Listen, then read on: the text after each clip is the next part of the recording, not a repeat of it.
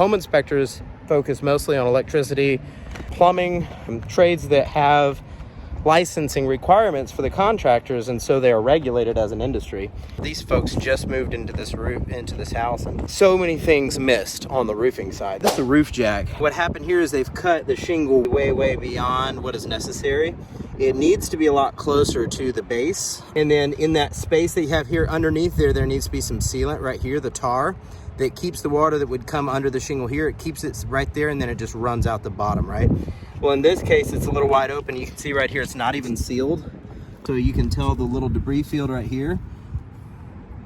The water is getting in here and resting on that nail. And what happens is it begins to rust out. And here's another problem. This nail right here is exposed. It's rusting out because there's no sealant on it. Right here, you have a ton of exposed nails. 1, 2, 3, and then you have right here a totally exposed joint in the shingle.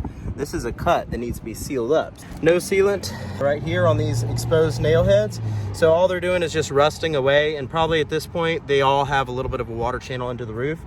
So it may not be visible to the homeowner right now, but it's leaking and it's getting that plywood wet, and it's rotting that plywood out. Another thing right here is you have there's no sealant right here. You see that little gap right there? Water does get in there eventually. Can't tell you how many leaks I've been called out on, and it's simply that the HVAC wasn't sealed up properly. You notice this shingle is supposed to be down to here and cover up this square right here, and it's gone, rusting out. No sealant here again, and you see there's some gaps right there that could easily get water in. Here's another very common problem right here. You see this pipe bit right here is got that little rubber seal on it. Problem with these rubber seals is over time, they don't work as well anymore. And the same thing here, you have that the nail rusting out right here. In addition to that, there's a hole right next to that nail. I don't know if you can see it very well, but anyway, all three rusted out, and shingle's not cut very well on that one either. There's no drip edge on this edge, no drip edge at all. So your plywood is exposed. See that plywood in there? It's completely exposed to the elements, so any water gets in here, just rots out that plywood. There's supposed to be drip edge on it like you see right here to cover that up. All this little metal edging right here covers it up. Well, it stops right there, and then there's no metal edging down here.